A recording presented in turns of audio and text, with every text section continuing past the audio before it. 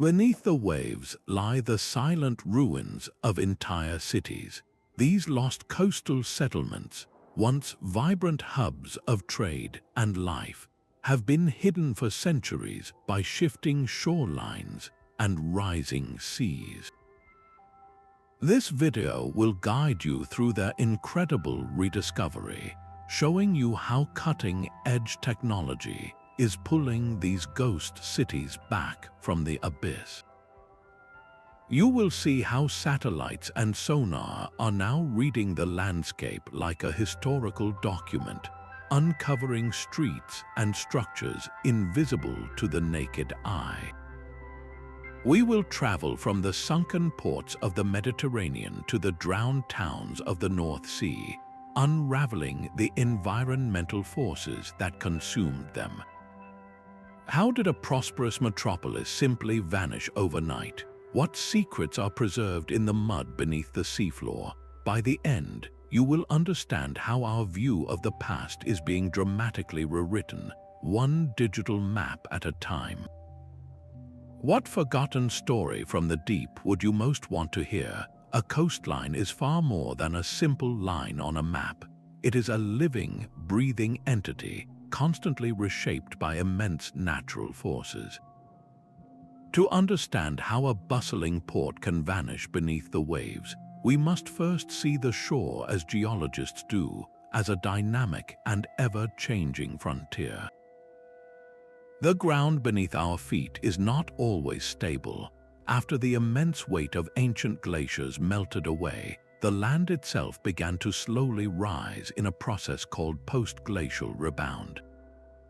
In other parts of the world, the opposite was happening as melting ice caused global sea levels to climb, a phenomenon known as eustatic change. Meanwhile, rivers carried countless tons of sand and mud, building new land in some areas through sediment deposition, while powerful currents eroded it away in others. This constant push and pull creates two very different types of shores. Emergent coastlines are those where the land is rising or the sea is retreating, often leaving old beaches high and dry. Submergent coastlines are where the sea is advancing, drowning river valleys and swallowing low-lying areas. As expert geomorphologist Dr. Alicia Vance explains, coastlines are the most dynamic interfaces on our planet. Their changes are a diary of environmental history. This foundational shift in perspective is crucial. It means that the medieval world's map was drawn on shifting sands, both literally and figuratively, setting the stage for the dramatic rediscoveries waiting just offshore. A research vessel glides across a calm sea, its hull sending silent pulses of sound into the murky depths. Each ping travels downward, bouncing off the seafloor and returning as a precise data point. To our eyes, the water is an impenetrable blue curtain, but to these instruments, it is becoming transparent. This is the front line of discovery, where advanced mapping technologies are acting as our time machines, pulling lost worlds back into the light. The first of these revolutionary tools is multibeam sonar. Imagine a fan of sound waves spreading out from the ship's hull, painting the ocean bottom with acoustic beams. By measuring the time it takes for each sound wave to return, computers construct a stunningly detailed, three-dimensional map of the seabed.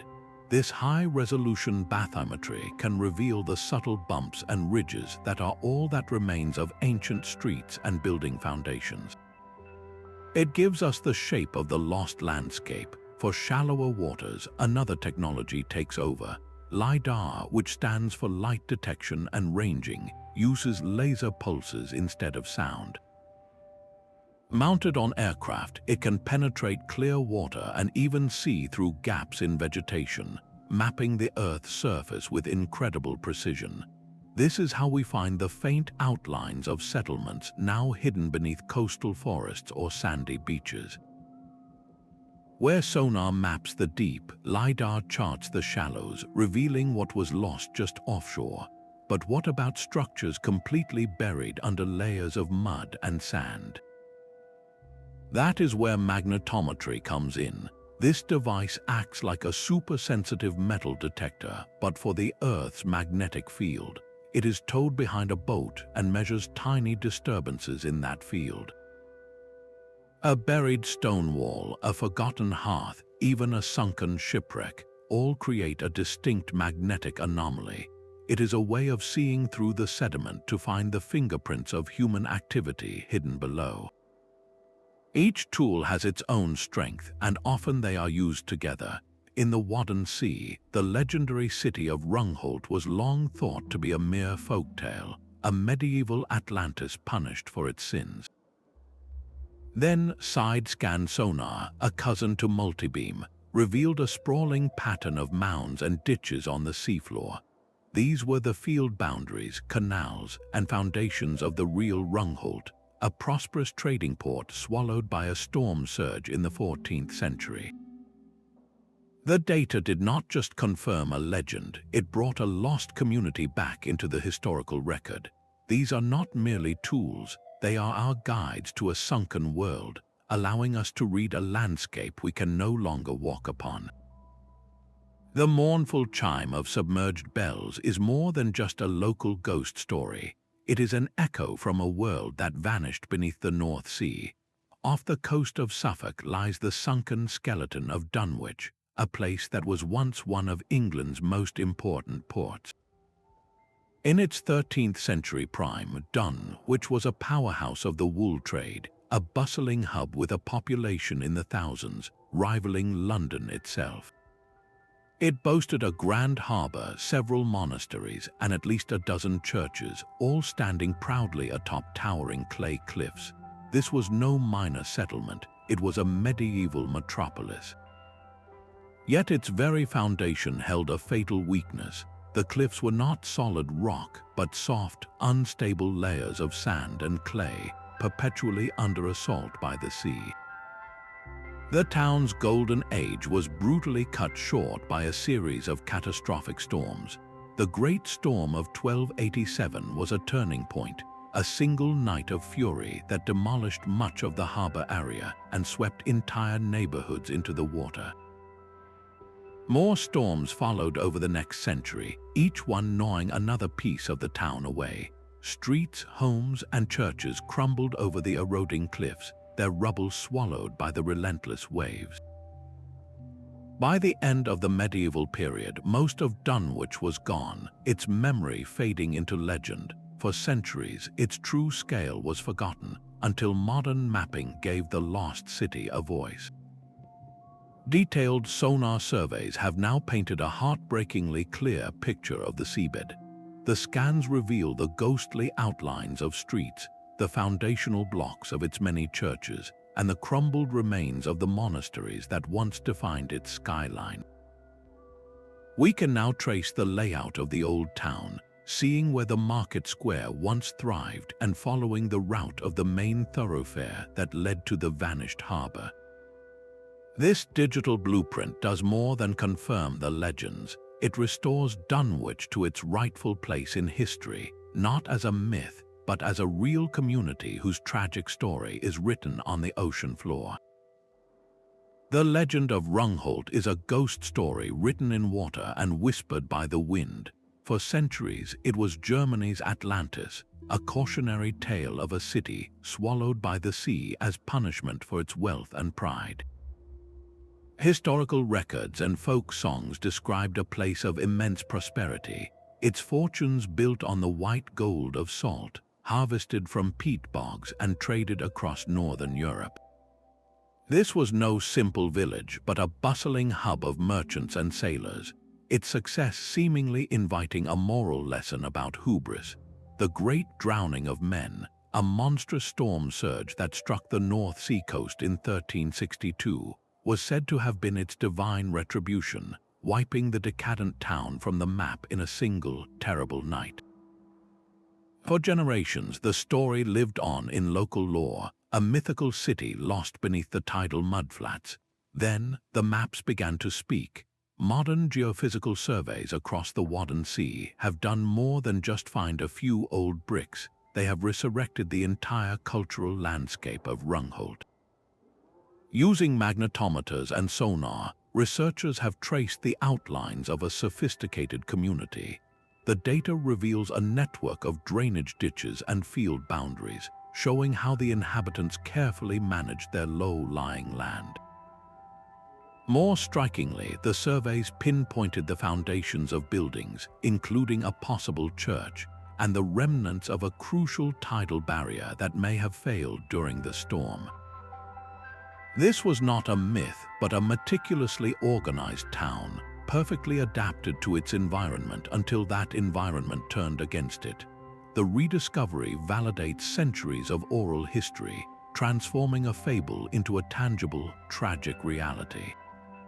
It also serves as a profound and unsettling lesson. Rungholt's fate was not simply an act of divine will, but a stark reminder of human vulnerability in the face of coastal hazards. Its story echoes loudly today, as rising sea levels and intensifying storms pose similar threats to our own world. What ancient wisdom can we learn from a city that has been speaking to us from the mud for over 600 years? A pirate kingdom once stood at the mouth of the Humber, a place of swift ships and quicker fortunes called Ravenser. Granted a royal charter in the 13th century, this was no sleepy fishing village, but a bustling port built on ambition. Its ships, often operating as privateers with the king's tacit approval, preyed on merchant vessels in the North Sea, bringing wealth and a notorious reputation back to its shores. The town grew rich and powerful, even supplying vessels for the crown's military campaigns, its success seemingly secured by royal favor and maritime skill. Yet its foundation was its undoing. Ravenser was built on a fragile spit of sand and gravel, a temporary landform constantly reshaped by the estuary's powerful currents. Within a century of its founding, the sea began to reclaim its own. Medieval chroniclers wrote with grim awe of how the waves devoured the town, street by street, house by house. The churchyard was among the first to go, its contents lost to the surf, a deeply unsettling event for the community. By the middle of the 14th century, the last structures had crumbled into the water and the pirate port was gone. For centuries, its exact location was a mystery, another ghost story from England's coast. But modern science is now tracing its skeleton. Combining historical maps with geological surveys, researchers have pinpointed the remnants of its seawall and the scour patterns on the riverbed that mark where the town once stood. The story of Ravenser is a stark lesson in geological impermanence. Here was a town that thrived because of its location on the water and was utterly erased by that very same force, a reminder that even the most prosperous communities are no match for a shifting shoreline. The warm, turquoise waters of the Mediterranean hide a different kind of ghost. Here, the loss was often not a single, violent catastrophe, but a slow, creeping embrace by the sea. Since the end of the last ice age, global sea levels have been gradually rising, and across this ancient sea, classical ports that once buzzed with commerce now lie silent beneath the waves. The Roman city of Baiae, near Naples, was the ultimate luxury resort for the empire's elite, a place of sprawling villas and decadent baths. Today, it is an underwater archaeological park where you can snorkel over stunning mosaic floors and swim between the ghostly white forms of marble columns. This submersion was a gradual process, a patient flooding driven by a combination of rising waters and the land itself slowly sinking, a phenomenon known as tectonic subsidence. Far to the east, the story of Ephesus in Turkey adds another layer. Its great harbor, a crucial gateway for the city, did not just drown, it choked. For centuries, the river bringing sediment from the hinterlands slowly filled the bay, pushing the coastline ever farther away. The city was eventually abandoned, but beneath the accumulated silt and the modern coastline, mapping technologies are now revealing the outlines of its earlier, deeper harbor installations, showing how the city constantly struggled to adapt to its changing shoreline. These Mediterranean marvels teach us that a city's end is not always a sudden drama. It can be a slow-motion farewell, a complex dance between the rising ocean, the shifting earth, and the very rivers that once gave it life. What other grand structures are waiting just beyond the beach, hidden by nothing more than a few extra feet of water? A subtle shift in the planet's climate would seal the fate of countless coastal communities. Beginning in the 14th century, a gradual cooling period known as the Little Ice Age began to grip the northern hemisphere. This was not a single event, but a centuries-long climatic shift that dramatically reshaped the relationship between land and sea. As average temperatures dropped, weather patterns grew more volatile, particularly in the North Atlantic. The result was an era of more frequent and far more powerful storms. For a town like Dunwich, already perched on unstable cliffs, these intensified storms were a death sentence, accelerating its erosion piece by piece. The same ferocious weather that doomed Rungholt became more common, turning rare disasters into recurring threats. This climatic change had other, more paradoxical effects. In some northern regions, the expansion of glaciers locked up vast quantities of water on land, causing local sea levels to actually drop. This could expose new stretches of coastline, tempting communities to build farther out onto what seemed like freshly claimed stable ground. But this was a cruel illusion. When the next major storm surge arrived, driven by the very same volatile climate, these newly settled lowlands were completely defenseless, and the sea reclaimed everything in a single, catastrophic event. The story of these medieval towns is a powerful historical precedent. Their decline was not just a matter of bad luck, but a direct consequence of a changing climate making their established way of life impossible. They faced a new normal of unpredictable weather and rising threats from the ocean, a challenge that resonates deeply with our own time.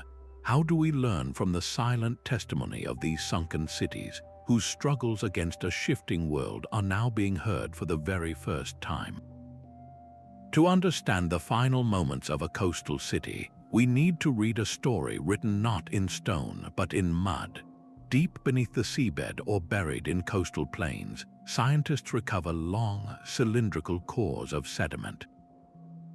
Pulling up these layered columns is like unrolling a scroll, a continuous record of environmental history stretching back thousands of years.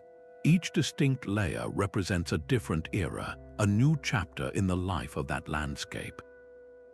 By analyzing the contents of these layers with incredible precision, researchers can reconstruct the world as it was.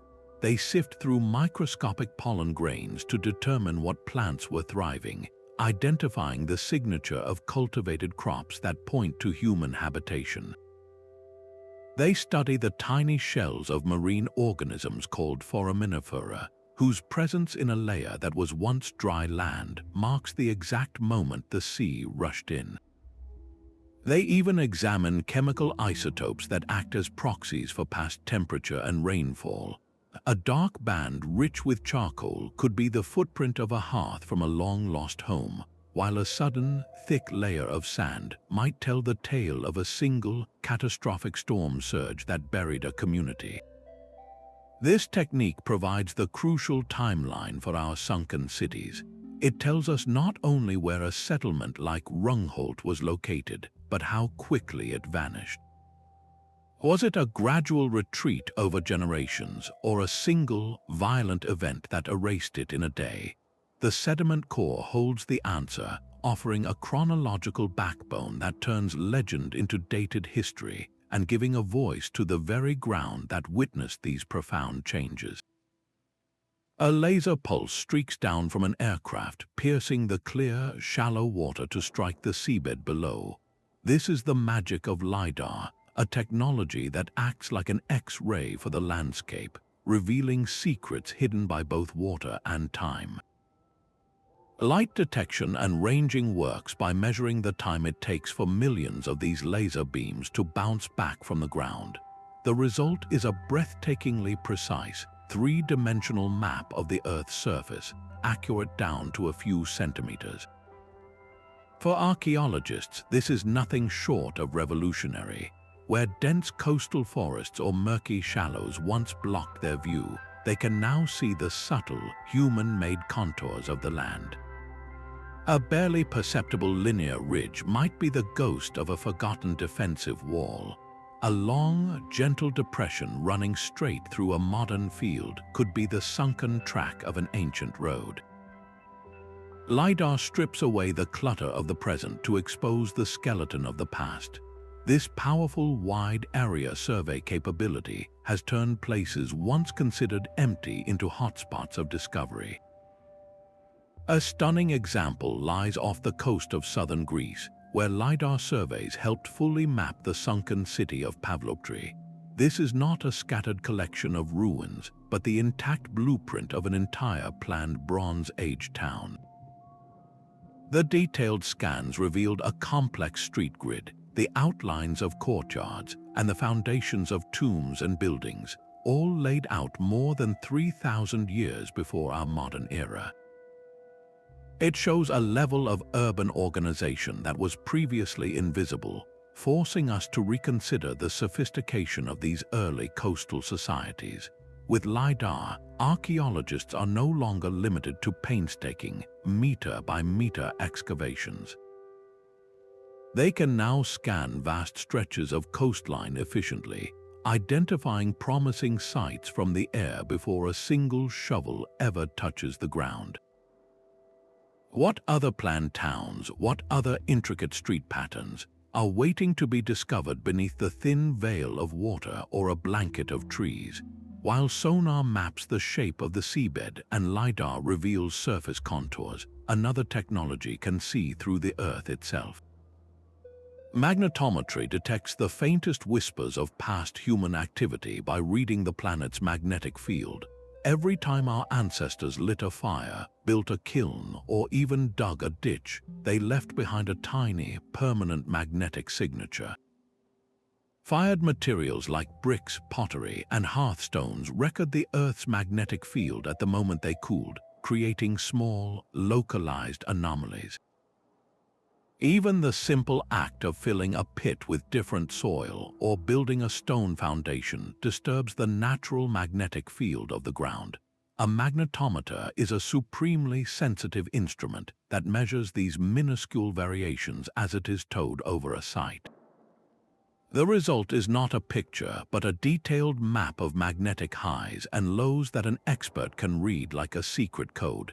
This is archaeology without a single shovel, a completely non-invasive way to map entire settlements hidden beneath farmland, pastures, or shallow coastal waters. The power of this technique was brilliantly demonstrated at Celso Vig in Denmark. Historians knew a significant Viking Age trading port had existed somewhere in the area, but its precise location was a mystery. When researchers swept a magnetometer over a seemingly ordinary field, the data told a different story.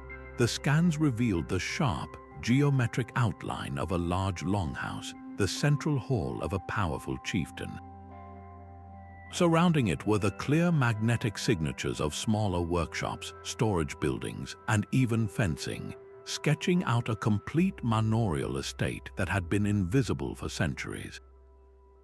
It was like gaining X-ray vision, allowing them to walk the property lines of a vanished community.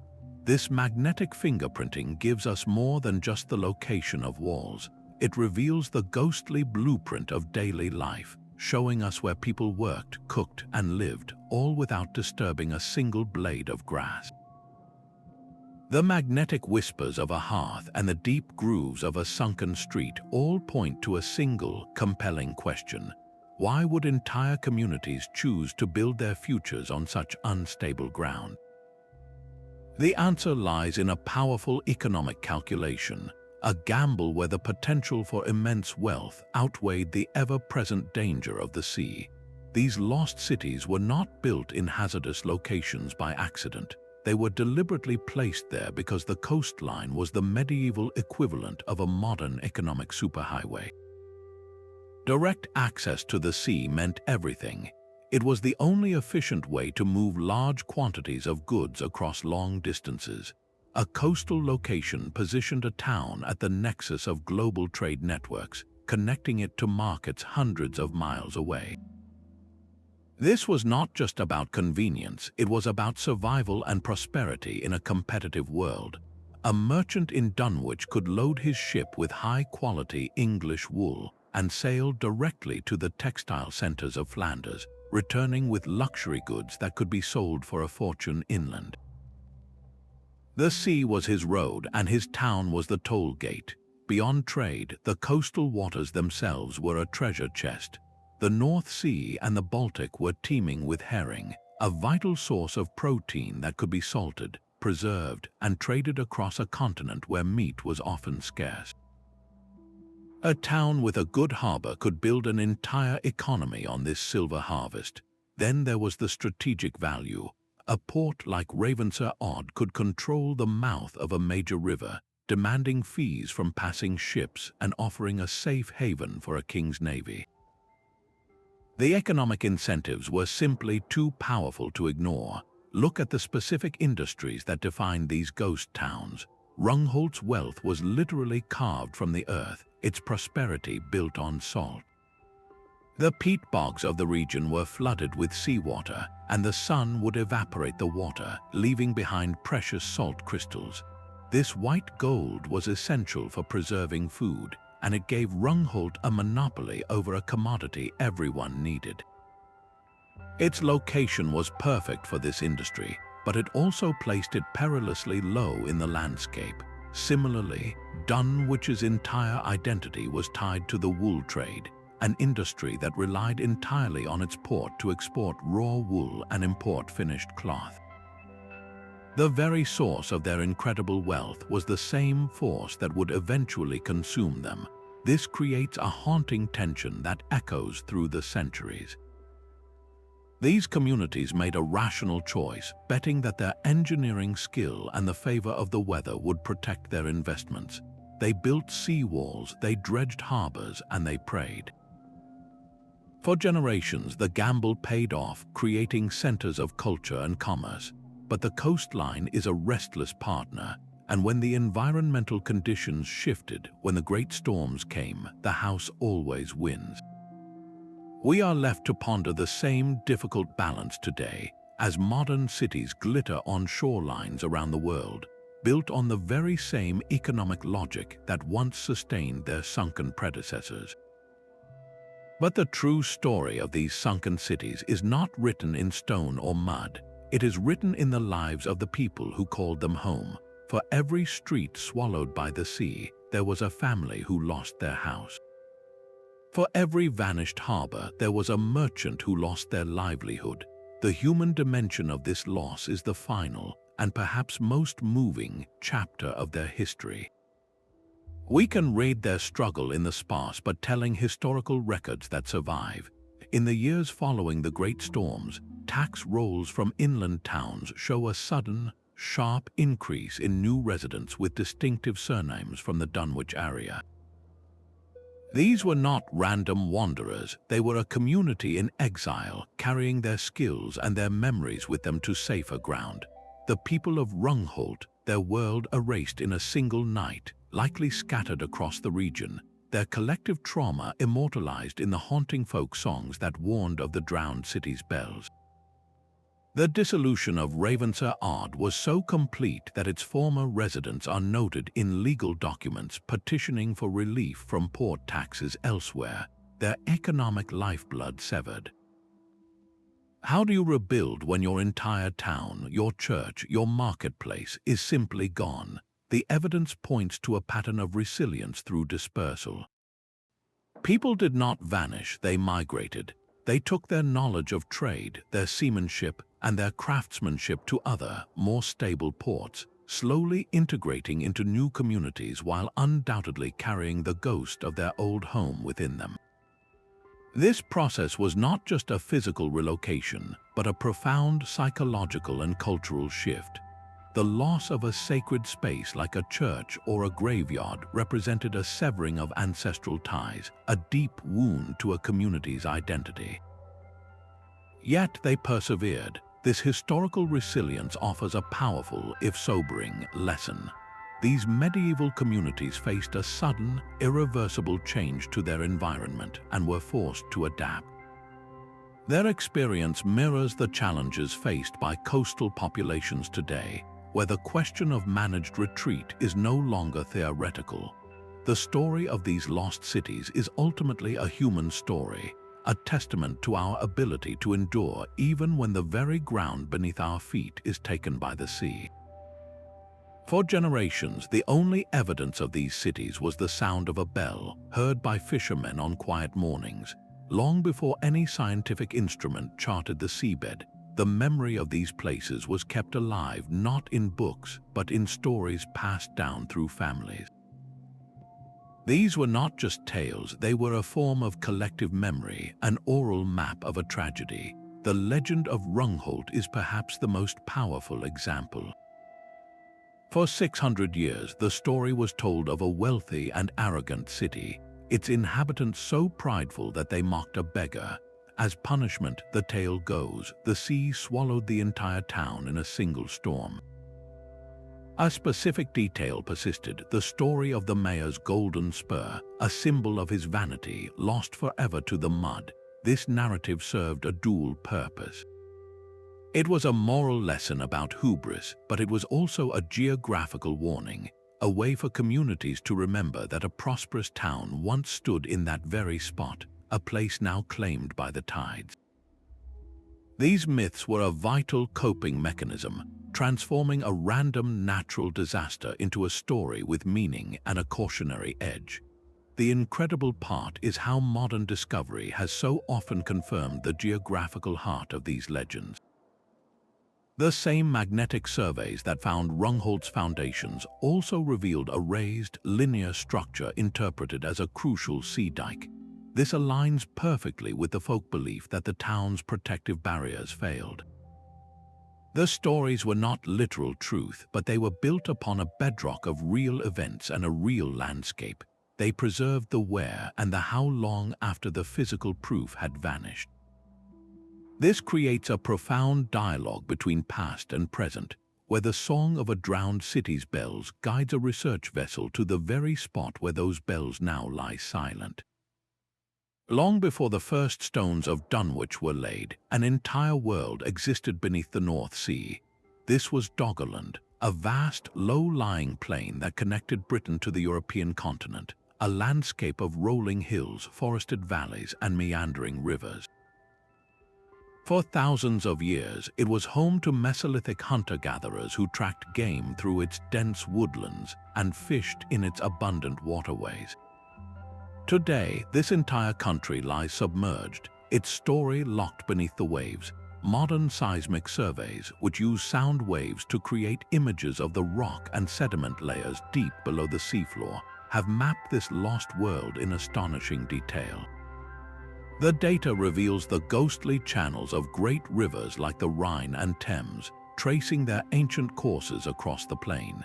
It shows the outlines of hills and lakes, creating a topographic map of a country that has not seen the sun for over 8,000 years. Core samples pulled from the seabed add intimate details to this broad map. Scientists have recovered peat from ancient bogs, pollen from forgotten forests, and even the bones of the animals like aurochs and red deer that once roamed there. These clues paint a vibrant picture of a rich ecosystem that supported human life for millennia. The end of Doggerland was not a single event, but a relentless, centuries-long process. As the last ice age waned, global sea levels began their steady climb, slowly encroaching on the low-lying plain. Coastlines shifted, and saltwater marshes gradually replaced freshwater lakes, forcing both animals and the human populations that depended on them to retreat to ever higher ground.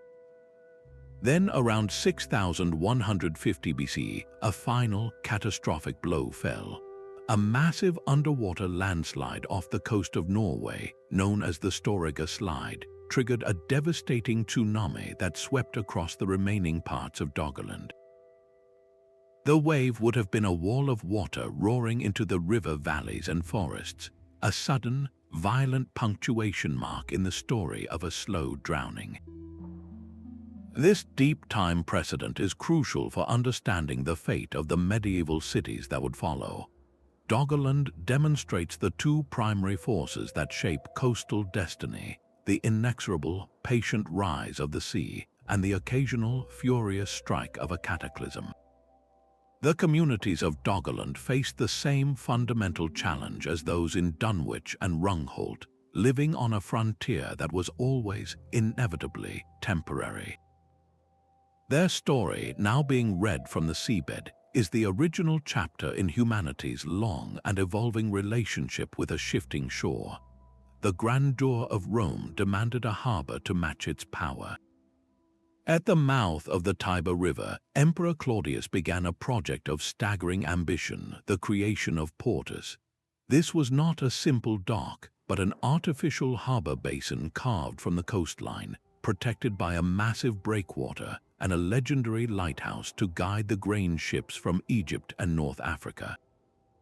His successor, Emperor Trajan, expanded it further, adding a magnificent hexagonal inner basin that functioned like a giant aquatic courtyard, allowing ships to unload directly into warehouses that stretched for acres. This entire complex was a masterpiece of imperial logistics, a machine designed for one purpose: to keep the million inhabitants of Rome fed.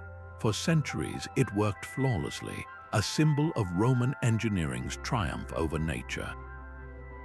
Yet the very river that gave the harbor life would ultimately seal its fate. The Tiber carried a constant, invisible cargo of silt from the Italian hinterlands, depositing it slowly but surely into the harbor basins.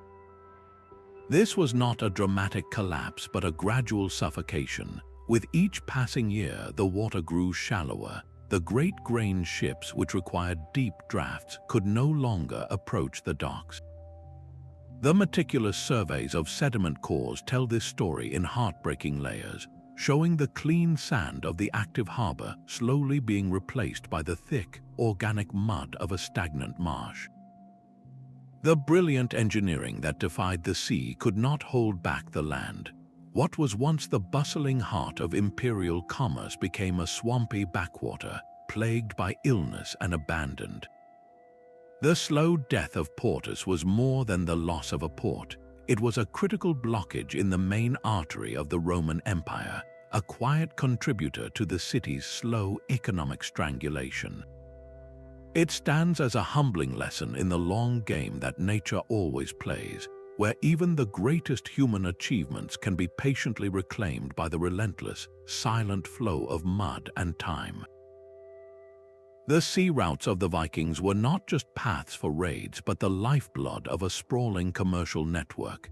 Their trading hubs, strategically placed at the intersection of sea lanes, were marvels of maritime enterprise, yet many were built on landscapes as fluid as the ocean itself. One such place was Hedeby, a legendary trading center in modern Germany. But before Hedeby reached its peak, its very first iteration and other smaller outposts were often established in even more vulnerable locations, only to be abandoned as the environment shifted. These pioneers chose sites offering perfect access for their shallow draft ships, often settling on narrow spits of land or at the shifting mouths of rivers. Here, they could control trade and easily drag their vessels onto the beach. Yet these same locations were the first to suffer when sandbars, sculpted by relentless currents, silted up the entrance to a lagoon, or when a gradual rise in sea level turned a protected cove into an open, dangerous shore. The story of these hubs is one of brilliant adaptation followed by necessary retreat. Archaeologists are now tracing this pattern by linking digs on land with sonar scans just offshore. At a site like Lidingö in Sweden, evidence points to a vibrant trading post that thrived for a few generations before its river access choked with sediment, prompting the entire community to move its operations to a more viable location. This was not failure, but a calculated response. The finds from these lost sites are a testament to their far-reaching connections, uncovering Arabic silver coins, fragments of fine Frankish glass, and Slavic jewelry, all left behind in the mud. This evidence paints a picture of a culture in constant negotiation with the coast, building, thriving, and when the water or land demanded it, moving on without a second thought, their eyes always on the next horizon.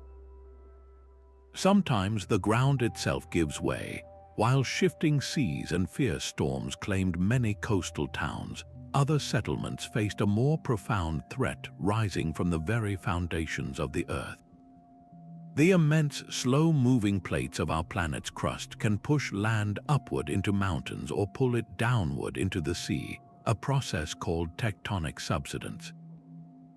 This adds a deep, geological dimension to the story of our lost cities, a reminder that the stage upon which human history plays out is never truly still.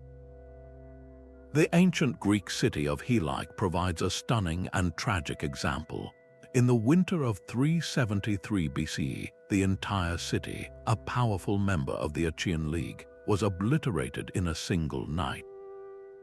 Historical accounts describe a colossal earthquake that shook the region, followed by a massive wave from the Corinthian Gulf.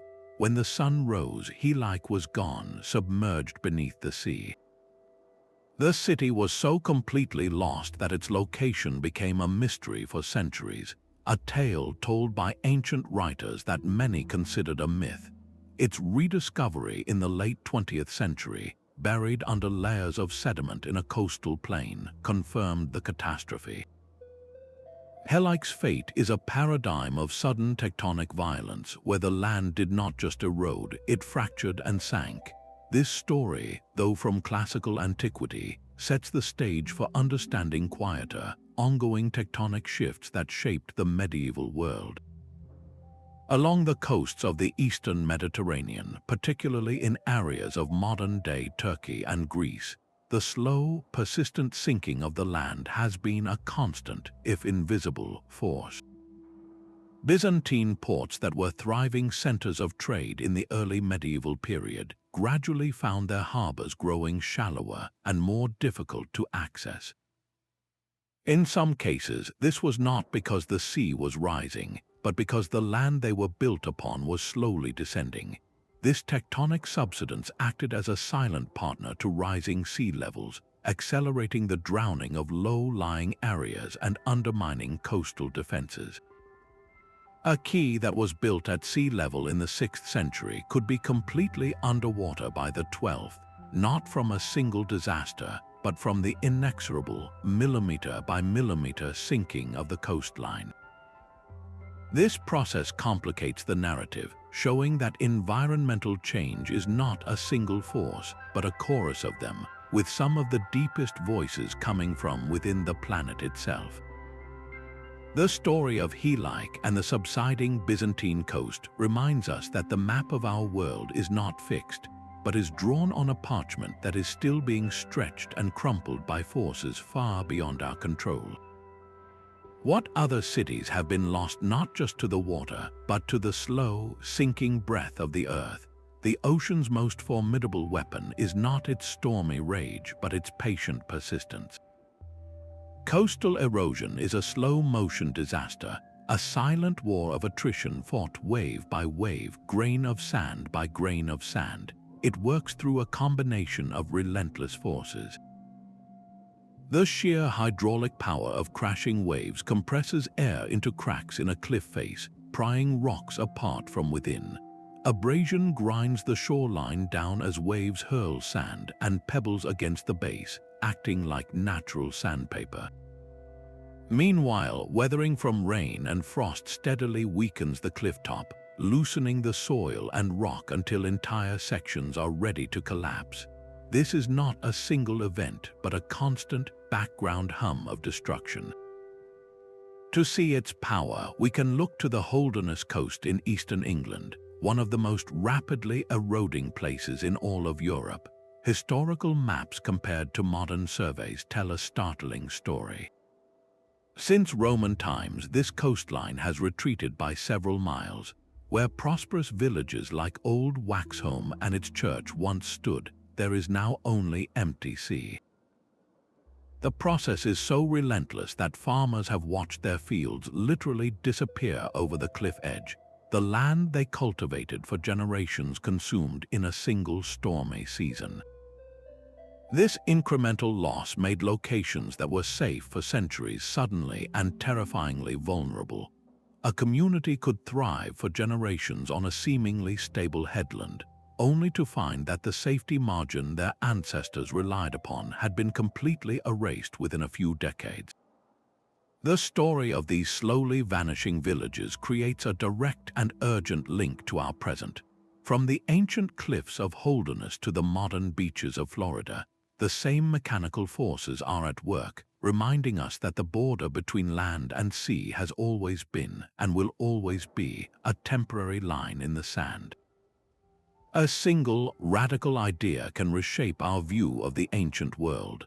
The Black Sea Deluge hypothesis proposes that around 5,600 years before the Common Era, a cataclysmic event permanently altered human history.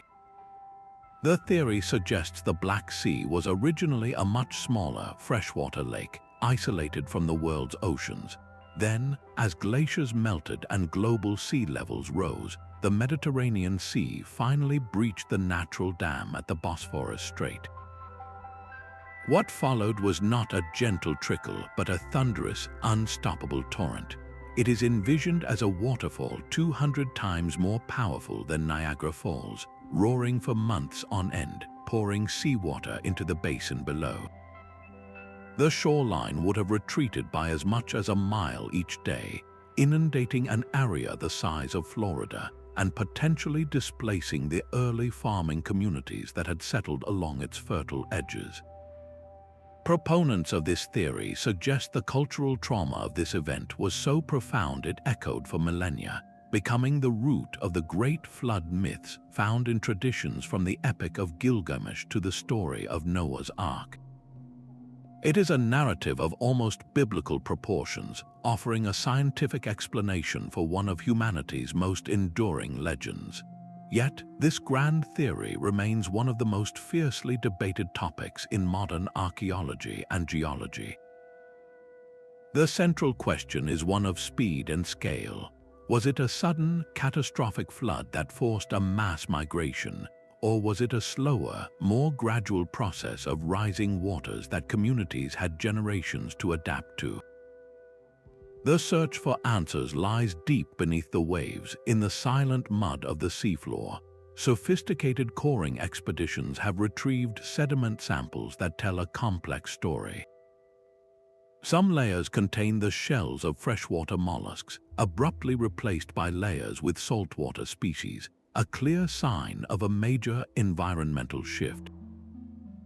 Underwater surveys using sonar have also mapped what appear to be ancient river channels and shorelines far below the current water level, confirming that the basin was once a much smaller body of water. These findings lend powerful support to the core idea of a transformed landscape. However, critics point out that the evidence for a single, violent deluge is less clear. The transition in the sediment cores, they argue, does not necessarily indicate a rapid, year-long catastrophe, but could instead point to a process that unfolded over centuries. The debate itself is a fascinating glimpse into how science operates, a continuous process of proposing, challenging, and refining our understanding of the past. The legacy of the Black Sea Deluge hypothesis is not a settled fact, but a powerful catalyst. It drove a new era of underwater exploration in the region, leading to remarkable discoveries regardless of the theory's ultimate fate. Expeditions have since identified potential settlement sites on these drowned ancient shorelines, including stone tools and building remnants that predate the proposed flood. This reveals that the Black Sea Basin was indeed home to thriving Neolithic communities long before the waters rose. The true value of this controversial idea may not be in proving a single event, but in how it compelled us to look beneath the surface, revealing a lost world we never knew was there. Yet the story of the coast is not always one of finality. For every Dunwich lost to the waves, there is a community that refused to vanish, choosing instead to gather its people and its purpose and move to higher ground. The fate of a city often hinged on a crucial combination of political power, collective will, and the resources to begin again. The English town of Winchelsea provides a powerful counterpoint to the tragedy of its northern cousin. In the late 13th century, the old Winchelsea was a thriving sink port, a vital hub for the Royal Navy. But a series of immense storms, the same tempests that were dismantling Dunwich, battered its sea defenses and flooded its streets. By 1287, the original site was deemed unsalvageable, a complete loss. Here, the story diverges. King Edward I personally intervened, ordering the town to be relocated and rebuilt on a defensible hilltop a few miles inland. This was not a haphazard retreat, but a planned royal enterprise. The new town was laid out on a precise grid pattern, with spacious building plots allocated to the displaced citizens. This royal decree made all the difference. It provided the legal framework, the economic incentive, and the centralized authority necessary for a successful transition. Compare this to Dunwich, which, despite its wealth, lacked a single, powerful patron to orchestrate its salvation. Its decline was a slow, piecemeal erosion, both of its cliffs and of its political influence, as merchants gradually shifted their business to more stable ports. The people of Dunwich fought a desperate, generations-long rearguard action against the sea, but without a coordinated, state-sponsored plan for relocation, their community ultimately fragmented and dispersed. The contrasting fates of these two towns reveal a profound truth about resilience. Survival was not just a matter of geography, but of social and political capital. It required a unified community with the collective strength to uproot itself and the economic means to rebuild from scratch. Winchelsea's rebirth on a hill stands as a testament to human foresight, a reminder that sometimes the most profound adaptation is not to fight the changing world, but to consciously choose a new place within it. What does their successful retreat tell us about the difficult choices facing our own coastal communities today? The same slow-motion forces that claimed Dunwich and Rungholt are now accelerating around the world. Our current era of climate change is not just reshaping our future coastlines, it is actively rewriting the final chapters of our past. As sea levels climb and storm surges grow more intense, they are posing a dual threat to the archaeological record. On one hand, these rising waters threaten to submerge and destroy irreplaceable heritage sites that have survived for millennia on low-lying shores. Yet in a cruel paradox, this same erosion is also peeling back the layers that have protected other sites, exposing long-buried settlements to the elements for the first time in centuries, only to wash them away before they can be properly studied. This creates a heartbreaking race against time for archaeologists. A violent storm on the Orkney Islands in Scotland, for instance, recently scoured away tons of sand from a beach, revealing the stone foundations of a Neolithic settlement older than the pyramids. For a brief window, researchers had a chance to document this spectacular find, but with every high tide and each new storm, the site is being systematically dismantled, its stones scattered and its story lost. This is happening on coastlines everywhere, from the ancient shell middens of Florida to the Viking harbors of the Baltic. The very processes that once preserved these sites by burying them are now undoing that work, forcing a dramatic shift in archaeological priorities. The mission is no longer just about discovery, but about urgent digital rescue. Teams are now deploying drones, rapid laser scanning, and photogrammetry to create high-resolution, three-dimensional records of these sites as they emerge. They are not always excavating, but often digitally preserving, knowing the physical remains may be gone within a season. The lost cities of the medieval world thus offer us a profound and urgent lesson. They stand as silent witnesses to the power of a changing climate, and their rediscovery today serves as a stark warning. The question is no longer just what we can learn from these sunken worlds, but what of our own world we will be able to save for the generations that follow. A sunken city presents archaeologists with a profound dilemma. Do you raise its treasures into the light, or do you let them rest in the dark? This is the core ethical debate between excavation and preservation in situ, a Latin term meaning in its original place. To excavate is to actively recover history, bringing artifacts and structures to the surface for study and public display. It is a process of revelation, but it is also inherently destructive. The careful context of an object, its position in the mud next to a ship's hull or within a building's foundation, is permanently altered once it is moved.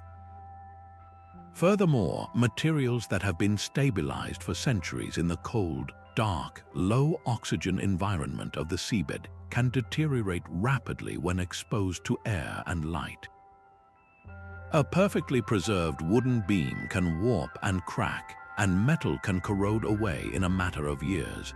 The choice to excavate is a choice to take custody of an object's survival, a responsibility that is both scientifically vital and incredibly costly. The alternative, leaving a site in situ, is an act of humility. It acknowledges that we are temporary custodians and that future technologies may be able to study these sites in ways we cannot yet conceive, perhaps with non-invasive scanners that can read an entire buried town without moving a single stone. This approach treats the underwater site as a protected museum, preserving the complete story for a future generation of researchers. Yet this path carries its own risks. A site left undisturbed is vulnerable to natural erosion from currents and storms, and tragically, to the relentless threat of looting. Commercial treasure hunters can strip a site of its most valuable objects, destroying its archaeological integrity for profit and erasing its history forever.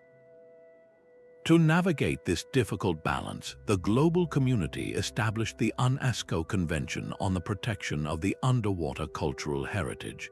This international agreement provides a framework and a set of ethical principles, prioritizing preservation in situ as the first option. It encourages public access and the sharing of knowledge, but firmly opposes the commercial exploitation of cultural heritage. The convention acts as a guiding star in murky ethical waters, reminding us that these sites are not just piles of artifacts, they are the last testament of communities lost to time. Do we listen to that testament now, or do we seal the message in a bottle and cast it back into the deep for our descendants to open? The story of these lost cities belongs to everyone, and today, people from all walks of life are helping to bring them back to light. Citizen science projects are now inviting the public to become digital explorers from their own homes. Online platforms allow volunteers to sift through vast datasets, scanning newly processed LIDAR maps to identify subtle, human-made shapes that computer algorithms might miss.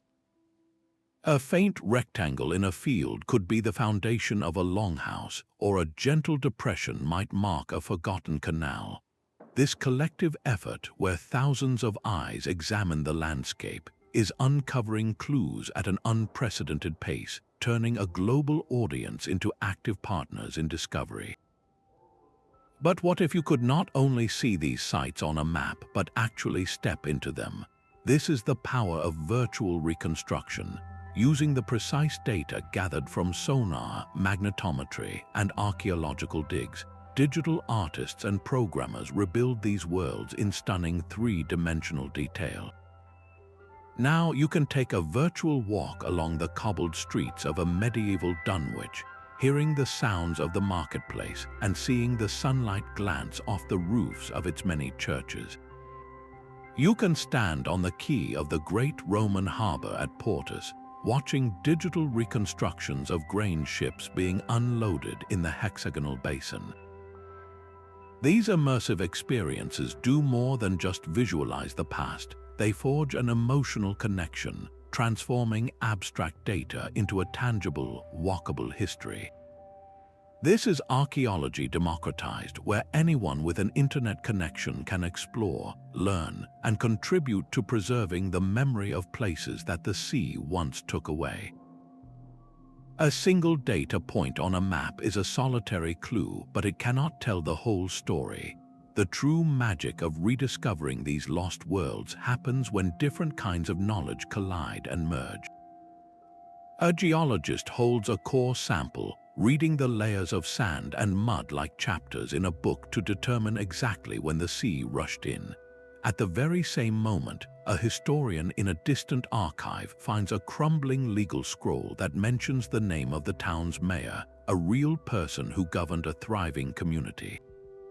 Meanwhile, an archaeologist stares at a screen full of colorful magnetic anomalies, their trained eye recognizing the faint geometric pattern of a main street and the rectangular footprints of houses. Alone, each piece of evidence is a fascinating fragment, but when these experts bring their discoveries together, something extraordinary occurs. The abstract becomes personal. That magnetic signature is no longer just an anomaly, it is the home of the mayor from the document. The sand layer in the core is not just a date, it is the very wave that flooded his street. This is the power of interdisciplinary synthesis. Marine biologists contribute by analyzing ancient shellfish remains found at the site, revealing the dietary habits and trade goods of the people. Climatologists provide the context of the shifting weather patterns that made the great storms more frequent and more fierce. Each specialist speaks a different language of science, but together they translate the silent testimony of the sunken landscape. This collaborative spirit reminds us that the past is a complex tapestry, and to see the full picture, we cannot look through a single keyhole. We need to open every window, letting the light from every field of study illuminate the story. What other forgotten lives might step out of the shadows when we learn to listen to all these voices at once? Our journey ends where it began, at the shifting line between land and sea. We have walked the ghostly streets of Dunwich and listened for the bells of Rungholt, watching as technology has drawn their outlines from the deep. These are not just tales of loss, they are chronicles of human ingenuity and the unpredictable power of nature. They show us communities that thrived on the edge, making a calculated bet on the wealth the coast could provide, only to be reminded that the shore is a temporary home. Their stories of resilience in the face of overwhelming change carry a profound and urgent message for our own time. As modern sea levels climb, these sunken cities stand as silent sentinels, urging us to learn from the past as we navigate an uncertain future. If this exploration of history's lost shores has captivated you, please subscribe for more journeys into the world's greatest mysteries. We would love to hear which of these sunken worlds you find most compelling, so share your thoughts in the comments below.